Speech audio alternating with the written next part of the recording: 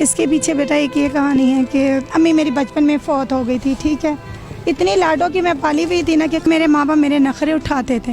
मैंने कभी कपड़े नहीं धोए थे, कभी बर्तन, मुझे सिर्फ खाने का और रोटी पकाने का शौक़ था। मेरी शादी हुई अच्छी फैमिली में, बस ये कि मेरे मियाँ बाहर थे, उनका इंतकाल हो गया। सास ससुरों ने मेरा कोई सहारा नहीं लगा। मेरे अम्मी अबू जो थे, हम लोग कराची के हैं, जो मेरे ससुराल वाले हैं वो लंदन में, लेकिन उन्होंने मुझे कोई सपोर्ट नहीं किया। अच्छा आंटी, कितने बच्चे हैं आपके? मेरी माशाल्लाह हैं कि 5 बेटी हैं, जिसमें से एक बेटी मेरी लंदन में हुई थी, तो वो उन्होंने मुझसे छीन ली। 4 बेटियों का इस महंगाई। उस वक्त 8 साल पहले की बात लगाएं, 9 साल पहले, 9 साल में मेरी बेटियाँ बहुत छोटी छोटी थी। अब मेरी बड़ी बेटी यकीन करना 16 साल की हो गई है। अब माशाल्लाह वो 9वीं में गई, एक बेटी मेरी 7वीं में गई और एक बेटी मेरी 6ठी में, 5वीं में। अब ये 4 बेटियां ये लगाए। लॉकडाउन में भी मैं बहुत परेशान हुई कि यहाँ तक बस ना ही पूछे, कमीज से नंगा पेट होगा, कोई खाने को नहीं देता।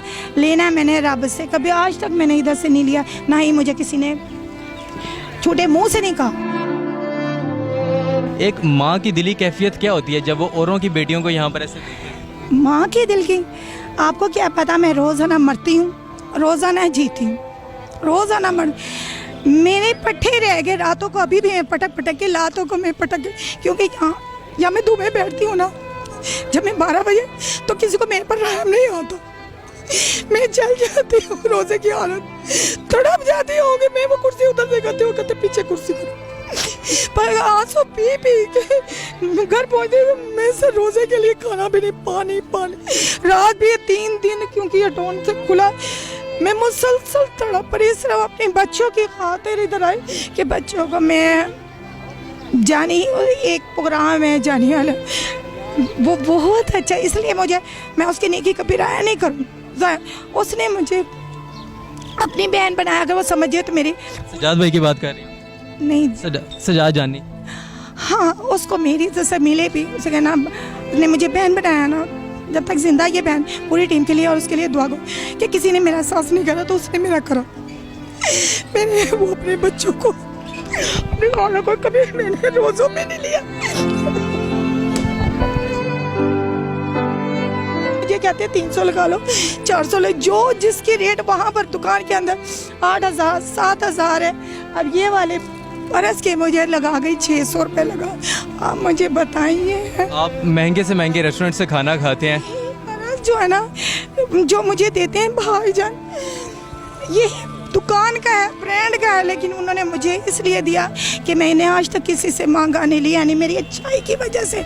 यहाँ पर ना एक बात से नहीं लेता मुझसे, ये कहते लूट के ले जाने वाले। एक बात का मैं इजाफा कर दूं, आप यहाँ पर आ जाएं क्योंकि यहाँ पर पाकिस्तान की एलीट क्लास फैमिली से लोग आते हैं। आप महंगे से महंगे रेस्टोरेंट्स में खाना खाएं, महंगे से महंगे ब्रांड से शॉपिंग करें, लेकिन जब बात आती है कि किसी की खिदमत की जाए, किसी की मदद की जाए, तो आप यहाँ पर कीमत कम करते हुए दिखाई देते हैं। अगर आपके चंद पैसों से किसी के घर का राशन चलता है तो अल्लाह ताला ने आपको इस मदद के लिए चुन लिया है। अच्छा आंटी, आप बिलाशुबा, हम ये बात बिल्कुल वाज़ा करेंगे अपनी तरफ से, अपने इदारे की तरफ से, आम आवाम की तरफ से, कि आप एक हिम्मत का निशान है।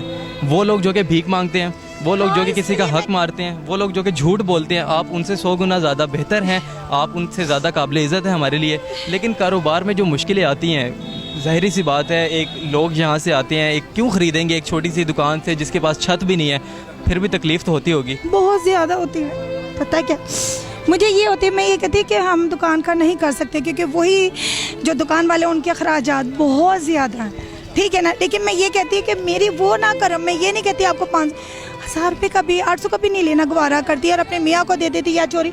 और भीख में मांगने वालों को उनसे मैं ये गुजारिश करती है, कसमें उठा देते हैं रेट्स के पीछे के दूसरे बाजार से। यहाँ वो आगे वो लड़का बेच रहा होता है, उसे 25-25, 3-3, 35 100 का ले आएंगे, वहाँ से आके मुझसे झूठ बोलेंगे कि वो उसने हमें 500 का दिया, उसने हमें 600। मैं उस लड़के के पास जाती हूँ तो वो लड़का कहता आंटी मैंने नहीं दिया, मैंने उसको 3500, 2500 और 3,000 रुपये का दिया।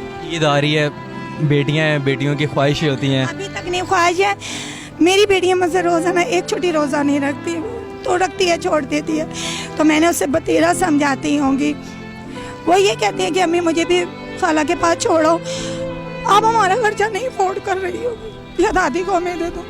मैंने अपनी जवानी ख़त्म कर दी यहाँ पर, मेरा दिल में दिल नहीं है, मेरा भी दिल करता मैं अपने बच्चों को अच्छे कपड़े पहनाओ, जूते पहनो, मेरा वाइट कलर था, मैं क्या से क्या बने, लेकिन सब मुझे ये कहते हैं पागल है कि, और ये महंगा बेचती है कि, लूटती है कि मुझे, कोई मेरे तक कोई आज तक नहीं पहुंचा मेरा।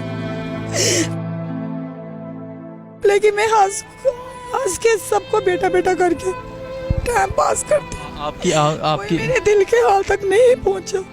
मैं 3 दिन से धूप में तड़प रही, मेरे पाँव जल के रात को तड़पते मुझे किसी ने।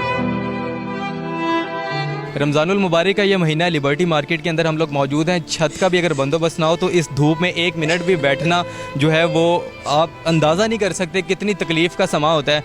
रोज़ा इन्होंने रखा होता है, यहाँ पर मौजूद होती हैं। यहाँ पर फिर मैं एक दफ़ा कहूँगा कि पाकिस्तान के वो लोग जो कि अफोर्ड कर सकते हैं, अल्लाह ताला ने अगर आपको दिया है तो अल्लाह ताला ने किसी मकसद के लिए दिया होगा। अगर आप ईद की शॉपिंग के ऊपर हज़ारों रुपए खर्च कर सकते हैं तो किसी गरीब के दर से एक ऐसी चीज़ लेना जिससे उसके घर का राशन चल सके, उसके घर का चूल्हा जल सके, तो यकीन करें कि अल्लाह ताला ने इससे ज़्यादा नेकी का काम आपसे नहीं ले सकते होंगे। दूसरी चीज़, जब आप इस तरह की दुकानों पर आते हैं, आप चंद पैसों के लिए आप इनसे नाप तोल करते हैं, आप इनसे पैसे कम करवाने की कोशिश करते हैं। वो कितना, क्या वो अपने आपके और मेरे पैसों से अपने महल्लात तमीर कर लेंगे, अपने बड़े बड़े घर बना लेंगे? आप जो हमें सोशल मीडिया पर देख रहे हैं, एक जिम्मेदारी आप पर भी आयद होती है, वो ये है कि इस तरह के लोगों के लिए आवाज़ उठाई जाए, सिस्टम में मौजूद इस तरह की गलतियों को हाईलाइट किया जाए, ऐसे लोगों के आंसू हर रोज़ ना निकलें। मेरे बाद कोई और न्यूज़ चैनल वाला आए, कोई और मीडिया चैनल वाला आए तो यहाँ से खुशियों के लम्हात लेकर जाए। इस प्रोग्राम के बाद इनकी आवाज़ उठाई जाए। अगर किसी एक दुकान के बाहर थोड़ी सी छाँव में अगर ये रख के अपना कारोबार चला लेंगी और इनकी बेटियों का पेट भर जाएगा तो शायद जन्नत के आप भी हकदार हो जाएंगे। वो तमाम लोग जो कि हमें सोशल मीडिया पर देख रहे हैं, इस सेगमेंट को करने का ये मतलब था कि इस बार जब आप ईद गुजारेंगे, ज़ाहिर आप यहाँ पर नहीं आ सकते, लेकिन आपके घर के पास, आपके मोहल्ले में, आपके इलाके में ज़रूर एक ना एक ऐसी कहानी ज़रूर छुपी होगी। अगर आप इनका एहसास करना चाहते हैं, इन तक नहीं पहुँच पाते, उनका एहसास करें, पाकिस्तान को इसी तरह मिलकर खूबसूरत बनाएं और इस्लाम की अच्छी तालीमात को फ़रोग़ दें। अपना बहुत सारा ख्याल रखिएगा। अपने मेज़बान उस्मान बिन अकबर को दीजिए इजाज़त। हम एक दफ़ा फिर आपका इंतहाई दिल से मशकूर हैं कि आपने हमें वक्त दिया। अल्लाह हाफ़िज़।